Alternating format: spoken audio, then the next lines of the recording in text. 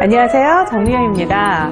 오늘은 손님이 왔을 때 아주 근사하고 쉽게 차려낼 수 있는 해물 철판볶음 만들어 보도록 하려고요. 자, 그럼 재료부터 한번 알아보실까요?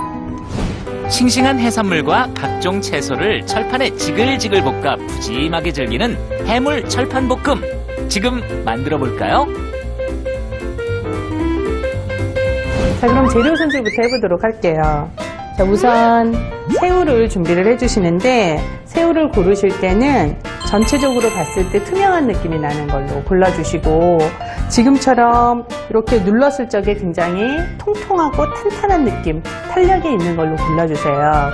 자, 일단 이렇게 준비된 새우는 내장을 제거를 해줄 건데, 내장이 이 등선을 따라서 이렇게 한 줄로 되어져 있거든요. 여기 조금씩 맨 살이 나오는 부분이 있어요. 두 번째 마디 있는데 살이 나온 부분을 이렇게 이쑤시개나 꼬지를 이용을 해서 살짝 위로 들어 올려주시면 이렇게 내장이 따라 나오게 돼요. 그 다음에 관자 손질을 해보도록 할게요.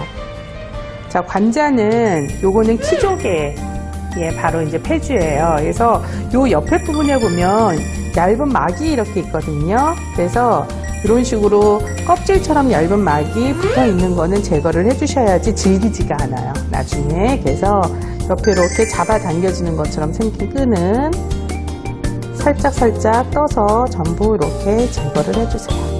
자, 이렇게 옆에 있는 끈까지 제거가 된 상태에서는 먹기 좋게 등분을 해주시는 거죠. 한 두세 등분으로 나눠주세요. 자, 오징어 손질도 해보도록 하는데요. 이 오징어는 지금 이렇게 자르지 말고, 배를 가르지 말고 준비를 해주세요. 자, 이 상태에서 1cm 정도 간격으로 아래쪽 살이 어느 정도 칼집이 들어가는 느낌이 나면 그 정도까지만 잘라주세요. 자, 이제는 채소를 썰어보도록 할 거예요. 자, 양배추부터 썰어볼게요. 자, 양배추는 뿌리 있는 두꺼운 쪽은 좀 잘라내 주시고, 길쭉하게 직사 같은 느낌이 나도록 썰어주세요. 좀 낱낱이 이렇게 떨어뜨려 주세요. 나중에 볶을 때 좀 더 수월하게 볶아질 수 있도록.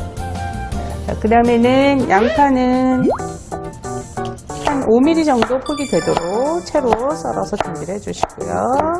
그 다음에 이건 파프리카예요. 파프리카는 꼭지를 제거를 하실 때 바깥에서 안쪽으로 밀어주시는 게 훨씬 더 깨끗하게 꼭지를 뗄 수 있거든요. 좀 전에 썰은 양배추하고 좀 비슷한 크기가 되도록 그냥 이렇게 좀 큼직하게 썰어주세요. 자, 그 다음에 부추는 그대로 토막을 쳐주시면 되는 거죠. 깔끔하게 한 5cm 정도 길이가 되도록 썰어주도록 할게요. 자, 여기에 오늘 향을 낼 재료로 마늘하고 생강을 준비를 했어요. 그래서 요거는 그냥 납작하게 얄팍하게 썰어주세요. 마늘도 얄팍하게 썰어주세요. 자, 그리고 고추도 준비가 되어져 있는데요. 이 고추는 요즘 이제 매운 고추, 향을 내는 용도로 많이 나온 고추예요. 좀 더 매운맛이 잘 우러나도록 이렇게 반 정도 잘라서 준비를 해주세요. 자, 그럼 철판을 먼저 준비를 해주시는데, 집에 사실 이런 철판이 없는 경우도 많잖아요. 그럴 때는 여러분들 댁에 있는 팬 중에 제일 큰 팬을 준비를 해주시면 돼요. 그래서 큰 팬을 일단 기본적으로 한 중간불 정도로만 달궈주시고 식용유를 여기에 넣어주세요. 자, 이때 이 식용유에 방금 전에 썰어놓은 마늘하고 생강을 넣고 향을 내주도록 할 거예요.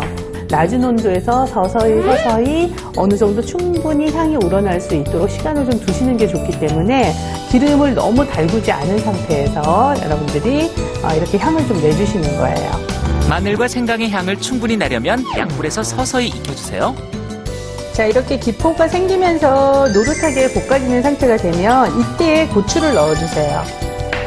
자, 그래서 고추향까지 같이 내주시는 건데, 고추는 말려져 있는 상태잖아요. 그래서 처음부터 같이 넣게 되면 고추가 시커멓게 타버릴 수 있거든요. 그래서 조금 나중에 넣어주는 거예요. 자, 이렇게 해서 향을 내서 사용을 하게 되면 특별한 양념을 넣지 않아도 기본적으로 굉장히 맛있게 조리가 되고, 또 해산물이 가지고 있는 특유의 냄새를 잡아주는 역할까지 하게 되거든요. 그래서 기름이 다 우러나면 이 재료들은 전부 걷어내 주도록 할게요. 볶은 마늘과 생강, 베트남 고추를 꼭 건져내야 하나요? 자, 이 향을 낸 재료들을 걷어내는 거는 그대로 두게 되면 나중에 지금 어느 정도 이미 다 노릇해졌기 때문에 시커멓게 탈 수가 있어서 먼저 빼주시는 거예요. 근데 뭐 굳이 원하시지 않으면 그대로 볶으셔도 상관은 없어요. 자, 여기에 아까 준비해놨던 해산물부터 먼저 익혀보도록 할 거예요. 자, 오징어도 넣어주고. 먼저 오징어와 관자, 새우를 넣어주고 볶아줍니다. 일단 해산물만 먼저 익혀주도록 할게요.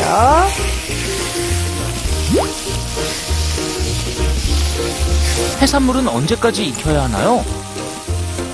자, 새우는 겉에 색깔이 전체적으로 좀 분홍빛이 될 때까지 익혀주세요.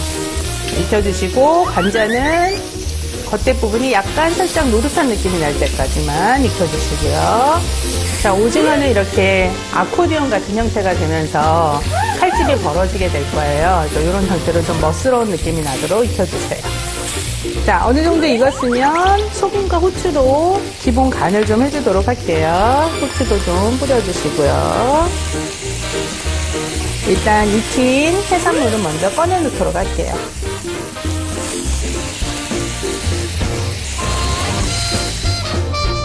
자, 해산물을 볶아낸 팬에 이젠 채소를 볶아주도록 할게요. 왜 해산물과 채소를 따로따로 볶는 거죠?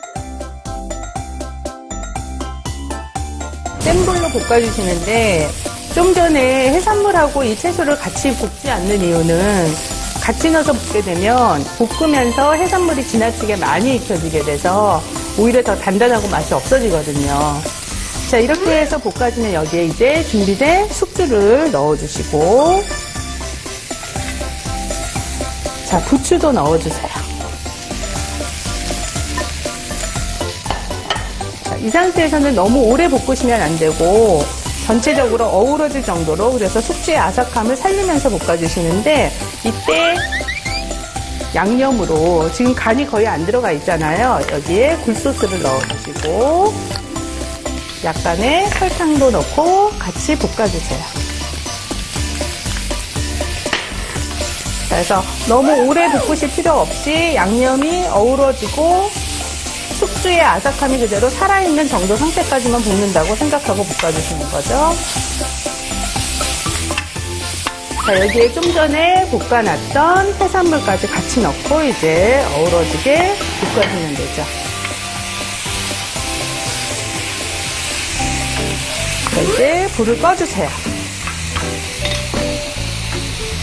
자, 이렇게 해서 해산물만 볶아주셔도 좋지만 나중에 쌀국수 같은 걸 넣고 볶아드시거나 아니면 우동 같은 것도 같이 넣고 볶아주셔도 맛있게 드실 수가 있어요. 자, 이렇게 해서 그릇에 한번 제가 좀 담아보도록 할게요. 먼저 채소 볶음을 놔주시고 오징어하고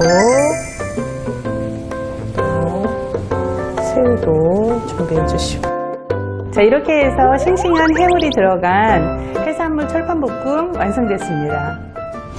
철판에 볶아 불의 향이 살아있는 해물 철판볶음. 정말 푸짐하죠?